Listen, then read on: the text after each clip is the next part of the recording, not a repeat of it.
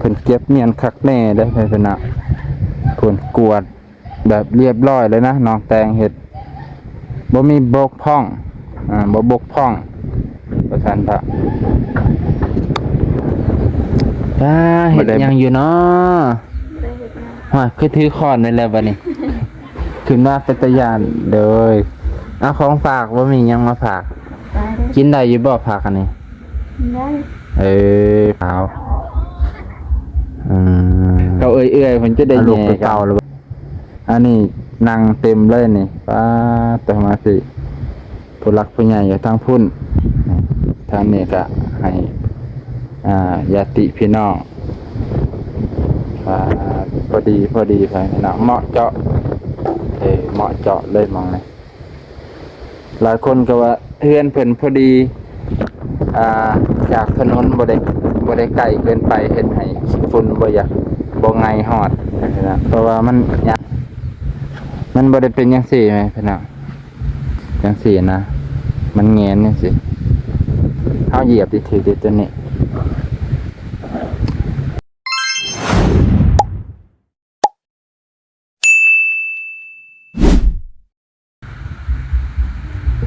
สบายดีเด้อพ่อแม่พี่น้องลุงป้าที่เคารพเช่นเก่าเช่นเคยบ่ว่าจะอยู่ในประเทศและต่างประเทศ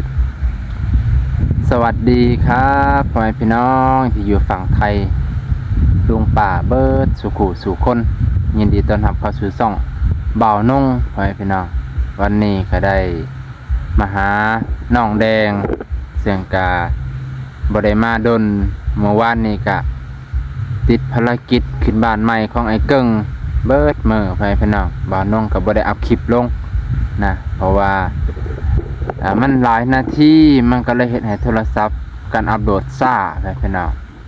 ก็เลยจนได้จนได้ปล่อยคลิปไปพี่น้องเอ้ยเนาะมื้อนี้ก็ได้มาหาน้องแดงเพิ่นก็เลยเอาของผักของตอนเพิ่นไปพี่น้องก็เลยเอาทั่วที่บ่าวนงได้ปลูกไว้แล้วก็ผักบางอย่างบ่มีหยังฝากเพิ่นให้พี่น้องเพิ่นก็ปลูกทั่วคือกันแหละแต่บ่าวนงก็ปลูกคือกัน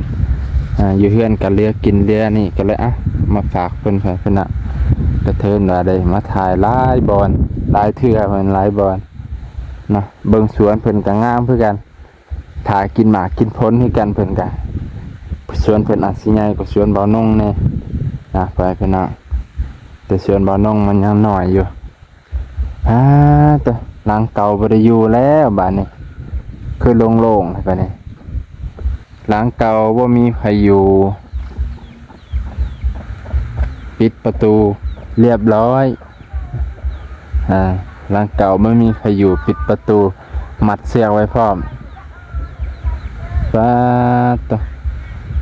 กะลางเพิ่นเกลี้ยงเปิดเก็บเรียบร้อยบ่มีเศษหมอกเศษไม้ปรับพื้นที่มิดชิดโอ้ยสะออนแท้พี่น้องพวกเพิ่นเก็บไม้ไว้ทางเพิ่นไม้ตัวนี้เพิ่นสิเอาไว้เฮ็ดอิหยังน้องแตงเพิ่นคือสิไปงานเลยมื้อนี้มีงานหลายงานเยอะช่วงนี้งานแต่งเจ้าของบ้านอยู่เฮือนโอ้ยไปพี่น้องเพิ่นสะออนเด้ สะออนเจ้าของเฮือนเพิ่นเฮ็ดคักไปพี่น้องบันไดมีราวจับราวสองข้างกันตกจับราวสองข้างเลยเพื่อเด็กน้อยขึ้นไปเยี่ยมยามถามข่าวเพื่อนบันไดนี่มันอันนี้เนาะเพื่อน มันก็เป็นอย่างสี่เนาะเพิ่นบากอันนี้โพดเฮ็ดหยังอยู่เนาะว่าคือถือค้อนนี่แหละบัดนี้ ขึ้นมาเป็นตาย่านเด้อเอาของฝากบ่มีหยังมาฝากกินได้อยู่บ่ผักอันนี้ได้เปล่าเอาลูกไปเป่าหรือเปล่ามันนี่วันศิลไปไปเดี๋ยววันชินโอ้หันน้องแตงไปใส่หันแตงบ่ ไปห้วย กิน ป้าโตเป็นได้นอนคืนนี่นอนแล้วบ่ลังนี่ บ่ยังไงเนาะ โอ้ยังบ่ได้นอน ขึ้นลินซื่อ คืนลินซื่อๆใครอยู่ แสดงว่าถามือขึ้นเนาะจึงขึ้นมานอน ๆพามากิน ถามมือขึ้นเลิกงามยามดีฮู้แล้วบ่เพิ่นบอกแล้วบ่ อาทิตย์หน้า โอ้อาทิตย์หน้าก็สิจักว่าวันศุกร์วันพุธน่ะบ่จักเนาะ โดย แต่แพ้ไปเนาะไผว่าบ่กวางก็กวางเลยเนาะ โดย กวางเลยเพิ่นกวางให้เด็กน้อยลิ้นถ้าพุ่นก็ได้บรรลุเพิ่นใหญ่ขันใหญ่ขึ้นมาหลายๆก็ระวังติป้องเยี่ยมแล้วเป็นปีนไปขึ้นมาห้อยเนาะเด็กน้อยมีผู้ใดทางใน น้ำเต็ม น้องเต็มบ่น้องเต็มก็ยังบ่ได้มานอนพี่ดอกเลือกมองนอนแล้วน้องเต็มก็3 คน4 คนก็นอนนำกันแล้วเนาะบัดนี้ โดย ถ้าแต่น้องเต็มใหญ่ไปละสิได้แยกของนอนทางนอกพรานนี่ก็บ่ได้มาบ่ลงก็เบิดมาแต่ว่าแหละรู้สึกว่างามไปเลยสมกับเพิ่นเฮ็ดให้งามคักงามแน่เพิ่นก็ใส่เสาดังตัวเพิ่นใส่เพิ่มย่านมันรับน้ำหนักบ่ได้แต่ว่ามันนั่นตารางสูงแบบนี้บ่ต้องย่านฮ้อนดอกเนาะ โดย ยามฮ้อนก็ปบอยู่กลางเอาเตียงใส่อยู่กลางก็ถือว่าอยู่ได้แล้วนะเพราะว่าบางคนก็ว่ามันฮ้อนก็ฮ้อนแน่นอนได้ไปผนังมันต่ำแน่แต่บ่ใช่ปัญหาดอกแถวนี้ฮ้อนๆก็ยังอยู่ได้เนาะ กลางคืนก็ให้กลางคืนมันเย็นก็พอกลางเว้นบ่เป็นหยังเสร็จหลายเพิ่นก็อยู่ตารางกลางเว้นแถวเขตนอก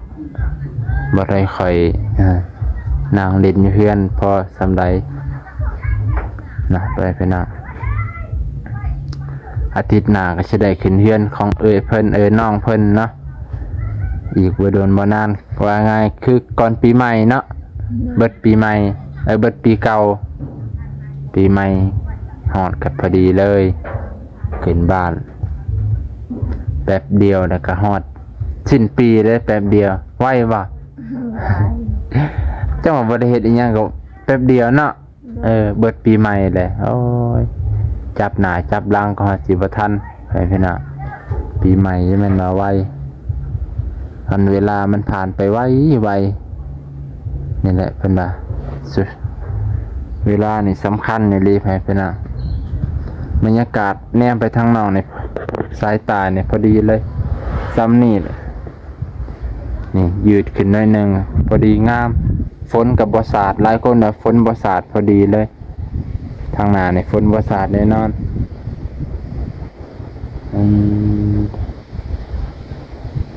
ห้องน้ำนี่เป็น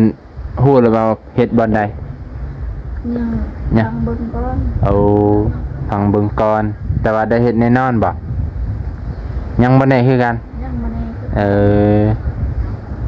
คันเฮ็ดก็สิจักสิแถวใดเนาะสิว่าเหมาะห้องน้ำเฮ็ดใกล้ๆก็บ่ได้เนาะใกล้ๆบาดาล ใกล้ๆบาดาลปัจจิว่าอันนั้นอีกห้องน้ำห้องครัวนี่เอาตัวเก่าแล้วเนาะ เอาตัวเก่า ยันว่าหม่างตัวเก่าหม่างคักๆเอาใหม่ดีๆมาเฮ็ดใหม่อ่ะนะว่าแหละมีแต่น้องแต่งซื่อแล้วก็สิเฮ็ดยากอยู่พี่น้องเพราะว่าเพิ่นก็คันบอกเราหมู่ก็ต้องว่าจ้างกันอีกเทื่อนึงซอยหมู่ซอยเหือซอยแห้งมากบางออกเอาใหม่ดีๆมาเฮ็ดใหม่ว่าซั่นเถอะตำๆพอดีน้องแต้มเฮ็ดหยังทางในโอ้ยได้ล้างไม้แล้วบ่อยากเห็นหน้าเลยบ่ฮะ ไม่อยากให้เห็นหน้าเลยบ่แต่แฟนพี่น้องแต่ว่าน้องแตงเพิ่นไปหวยบ่ ไปด้วย ไปหาอยู่หากิน โดย ยามนี่หาแต่กระปูบ่จักเขียดก็มีเด้เนาะ อาเที่ยว เพราะว่าเขียดยามนี่มันเริ่มอยู่แถวหลืบแถวหวยแถวห้องมันก็หาน้ำเพื่อกันเขียดยามกลางคืนนี่หาเยื่องเนี่ยกับพอได้อยู่บ่แทนนี่ ได้แล้วคุณ โอ้ ไป มันอยู่แถวห้องนี่เนาะ โดย ครับมันมีห้องแล้วเขียดพอมีพอเพียงเขียดหน่อยเขียดหน่อยเขียดโม่พอมีอยู่แถวนี้พอได้อยู่พอได้กินรอสันทะพักเนี่ยค่อยปลูกเองเด้องามอยู่บ่ งาน ปลูกกินเองคือกันน่ะอยู่เฮือนกะ งานเนาะ สื่อบ่ไหว้ดอก มางาน กำลังคือกันเจ้ากับผมกำลังเคี้ยว ปลูกจนใส่ทน แต่ว่าทางลุ่มก็สิ งาน ทางลุ่มเนี่ยก็สิอันนั้นแน่ผักเนี่ยมันอาศัยน้ำหลายเฮาผัดคันสูบเนี่ยโอ้บ่ไหว้และคือเจ้ากับใบลอยคันสิสูบกับปะเมื่อยเตอเฮ็ดสวนใหญ่ก็เมื่อยแน่แหละข่อยไปอาศัยแต่ว่ามีใดเปิดปานน่ะก็ยังน้ำบ่พออยู่มักถั่วก็ยังเหี่ยวกลางเว้นนี่เหี่ยวแล้วมันถึกแดดแห้งตาตัวแฟนพี่น้องอ่ะมื้อนี้ก็สิพาชมบรรยากาศซ้ำนี้ก่อนเมืองเฮือนหลังงามๆของน้องเพิ่นนะแต่ว่ากว้างใหญ่ไพศาลสะอาดสะอ้านเบิ่งสิลองย่างเบิ่งทางนี้กันเด้อนี่ผู้ได้แบบบ่กว้างครับตัวโอ้ยงามคักงามแน่งามปันวาดแต้มงามคักเลยแท้พี่น้องพุ่นช่องลมตัวหนังงามเพิ่นเฮ็ดเป็นลิงเป็นลายคันขึ้นเฮือนนี่พอดีเลยแท้พี่น้องพอดีจะได้สิดีกว่าเฮือนไอ้กึ่งอยู่เฮือนไอ้กึ่งมอนนั่งฮอดสิบ่มี เขาเอื้อยๆเพิ่นจะได้แหย่กันอันนี้นั่งเต็มเลยนี่ป้าต่อมาสิผู้หลักผู้ใหญ่อยู่ทางพุ่นทางนี้ก็ให้ญาติพี่น้องพอดีไปนะเหมาะเจาะเหมาะเจาะเลยมองเลยหลายคนก็ว่าเฮือนเพิ่นพอดีจากถนนบ่ได้ไกลเกินไปเฮ็ดให้ฝุ่นบ่อยากบ่ไงฮอดนะครับยามรถแล่นไวๆขี้ฝุ่นมันก็บ่ไงมันสิแล่นปิวไปเพิ่นช่วงนี้ลมแห้งพี่น้องลมแห้งปวดต้นกล้วย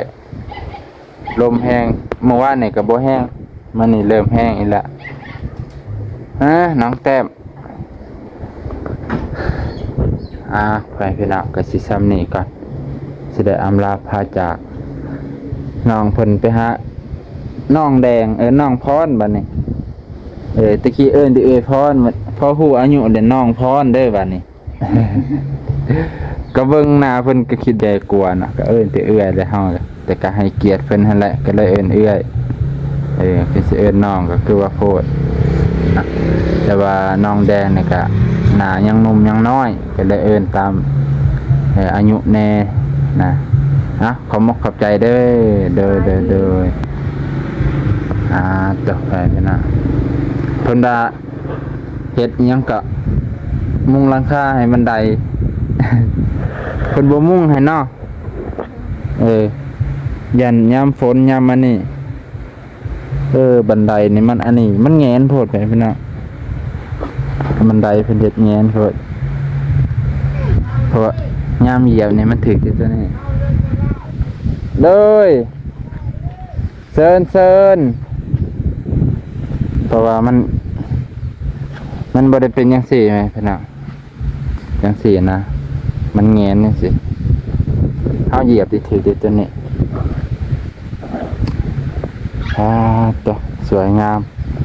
สวยงามพระรามเก่าไปเรียนหลังเพิ่นเบิ่งไปเบิ่งมาเหมาะสมบัดขึ้นบ้านจังได๋กะญาติพี่น้องก็นั่งทางหน้าทางข้างทางหน้านั่นแหละทางพุ่นก็เป็นผู้หลักผู้ใหญ่คือว่าน้องวาดเหมาะเลยเพิ่นเก็บเมียนคักแน่เด้อเพิ่นน่ะเพิ่นกวาดแบบเรียบร้อยเลยนะน้องแตงเฮ็ดบ่มีบกพร่องบ่บกพร่องประธานพระบ่ได้บกพร่องเด้อให้พี่น้องสมกับเพิ่นอยากได้